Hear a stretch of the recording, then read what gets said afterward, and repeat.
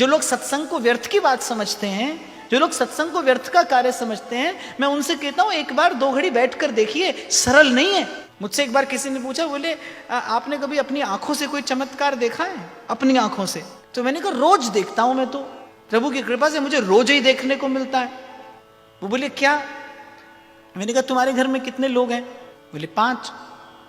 मैंने कहा वो 5 लोग जब जगते हों तब घर में कभी शांति होती है? बोले नहीं, 3 तो बालक हैं और 1 मैं है और मेरी धर्म पत्नी है, और अशांति के लिए तो कहते हैं वो एक ही बतेरी है, वो एक ही पर्याप्त है, हमको तो किसी और की आवश्यकता ही नहीं, कभी नहीं होती शांति। मैंने कहा क्योंकि आप 5 अलग हैं, स्वभाव से अलग हैं, वृत्ति से अलग हैं, इसीलिए कुछ ना कुछ हलचल होती रहती है। जहां पर कुछ लोग होंगे वहां पर हलचल होगी। मैंने कहा कभी आप सत्संग सत्र में आकर देखना, हजारों हजार लोग प्रेम के एक सूत्र में बंध कर बैठते हैं। ये चमत्कार नहीं है तो और क्या है? प्रत्यक्ष को प्रमाण की आवश्यकता नहीं है। कहां कहां से चलकर आते हैं आप, किस किस वातावरण से, किस किस परिस्थिति से आपका आना होता होगा।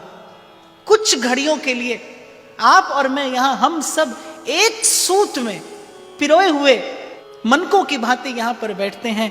नाम का सुमिरन होता है, हरि गुण गान होता है। अरे ये चमत्कार नहीं है तो और क्या है? सत्संग से बड़ा भी कोई चमत्कार है? जन्म जन्म का बिखरा मन सिमटने लगे, इससे बड़ा कोई चमत्कार है?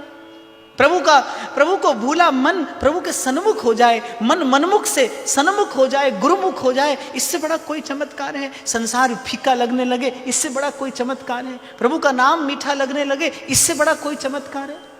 और मैं तो कहता हूं चमत्कार अगर कोई एक है जीवन में तो वो बस यही है कि मन संसार से हटके प्रभु में लगे। ये चमत्कार है, क्योंकि ये जीव का स्वभाव नहीं है। जीव भजन करने लगे, सबसे बड़ा चमत्कार है। ये सदगुरु रूपी जादूगर का किया सबसे बड़ा चमत्कार है।